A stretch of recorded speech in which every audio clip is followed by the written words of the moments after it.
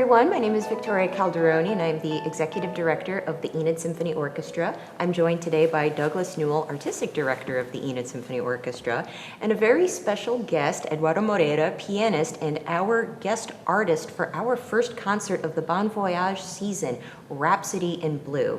So Eduardo and Douglas, welcome to today. Thank you. Thank you for having us.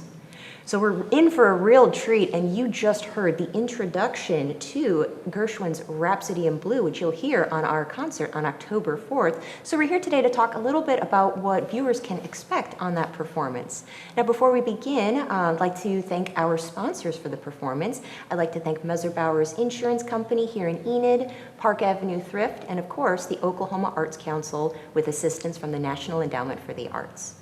So let's go ahead and start off with you, Eduardo. So can you tell us a little bit about yourself and about your career and what you're doing here in Oklahoma? Sure, yes. Well, I'm here in Oklahoma because I teach piano at Northwestern Oklahoma State University. But I'm originally from Brazil. That's where I grew up, and that's where I started, learning piano when I was 6 years old. And I did my undergraduate degree in piano performance in Brazil. And then when I was done with that, I went to Strasbourg, France, where I got a master's degree in piano performance. And then finally, I came to the United States, originally to Oregon. I did a doctoral degree in piano performance at the University of Oregon. And then I got offered the job here in Oklahoma, here in Alva, and the rest is history. Mm-hmm. Yeah. And so how long have you been here?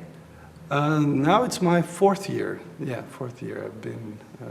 And so what has it been working on Rhapsody in Blue? And because I know you've performed the solo version for solo piano. How has it been different preparing the orchestral version?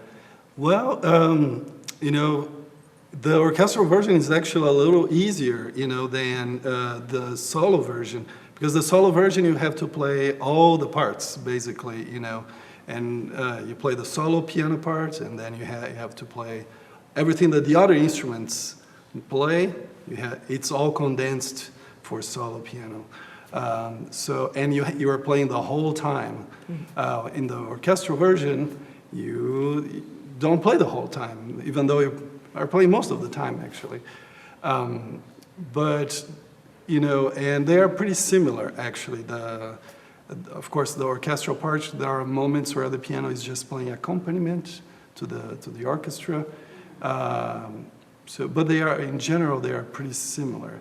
And, it's a lot of fun. I love the piece, and I think most people usually love it, too. It's almost like a second national anthem because it's so popular. It's going to be a lot of fun playing with Doug and the orchestra. Mm-hmm. And Doug, maybe you can also speak a little bit to the preparations of working on Rhapsody in Blue in your own personal practice with learning the score, and then also working with Eduardo, combining the solo piano part as well.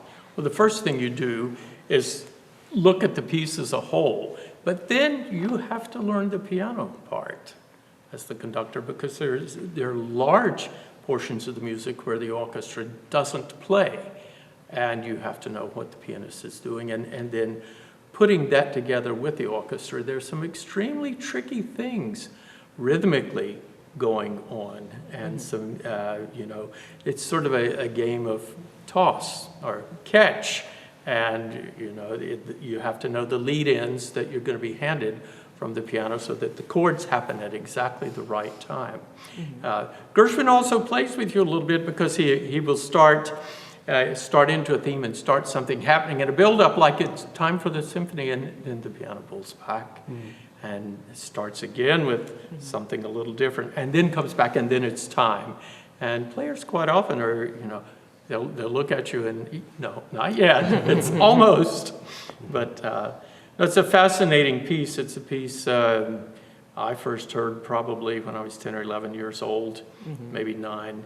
I was very lucky that in elementary school we listened to music several times a week. And one of the recordings in our 3rd grade class was the 1959 recording of Leonard Bernstein, which on one side had him playing and the New York Philharmonic accompanying him, playing the Rhapsody in Blue, and on the other side, the other great Gershwin piece, An American in Paris. So this year, I'm going back to third grade. We're going to start this season with Rhapsody, with Eduardo, and we're going to finish the season with An American in Paris. And we have such a great theme for our concert series this year. We're doing Bon Voyage, so each concert takes place in a different part of the world. So what better way to start off than the United States right here in New York City? And to me, Rhapsody in Blue is the classical piece that represents New York City. So what else are we going to hear on this concert? Well, we're going to celebrate 4 American composers. It's an all-American concert. It'll begin with Leonard Bernstein's overture to his musical operetta, as he says, what do you want to call it? Candide. And Candide is a musical set on Voltaire's play by the same name, Candide. And it's a very quick, snappy overture. Then we're going to go to another of the great songwriters, and all of these guys lived at the same time. Their lives intersected. Cole Porter, the songs of Cole Porter. I Love You Body and Soul, Night and Day. Great songs of Cole Porter. Then we're going to play, New York, New York.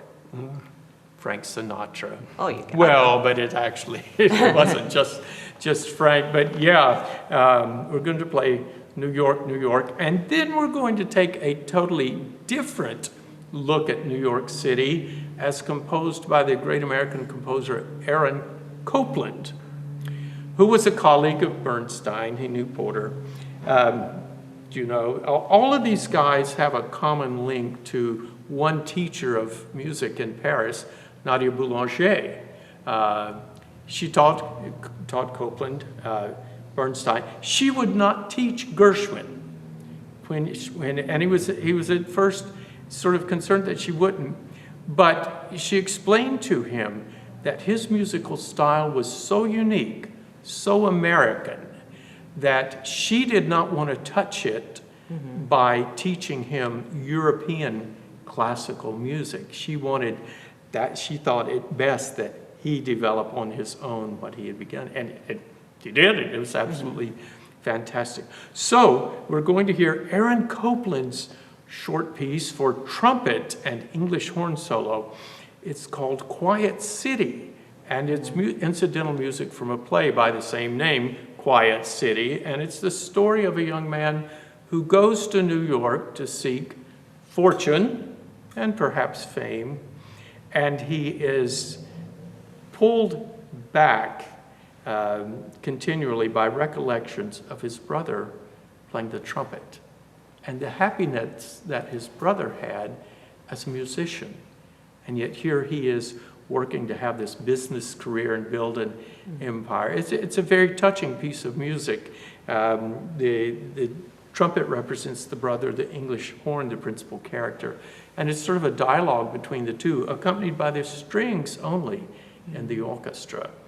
And a fascinating piece. Then we'll take a short intermission and come back and have Rhapsody in Blue, which is based upon the blues scale. So there you go. And very integral part. Wasn't it in Fantasia, Rhapsody in Blue? Second one, maybe? I don't remember it from the first. That was more my generation. Well, of course, our generation, we had Fantasia 2000. But I don't sequel. remember a lot from my first generation. Well, excellent, yeah. So, it's going to be a very exciting concert, Saturday, October 4th, 7:30 p.m. right here. We're so thankful that we were able to film this in our Symphony Hall. So as you can see, we're getting ready for the concert here in a few weeks. And there's not a lot of tickets left. I believe there's maybe 25 tickets left for the performance, so if you want to purchase a ticket, you better act fast. Those are available on our website, enidsymphony.org. Give us a call at 580-237-9646, or visit our office at 301 West Broadway in downtown Enid. We're on the 5th floor. So thank you so much to Eduardo and Douglas for joining me today. I am personally very excited for this performance. I'm not playing, I usually hide backstage, but I consider that the best seat in the house. So thank you so much for joining us today and for sharing your insight and sharing sort of your performance history. It's going to be a great performance. And thank you so much for all of you joining us, and we hope to see you there Saturday, October 4th.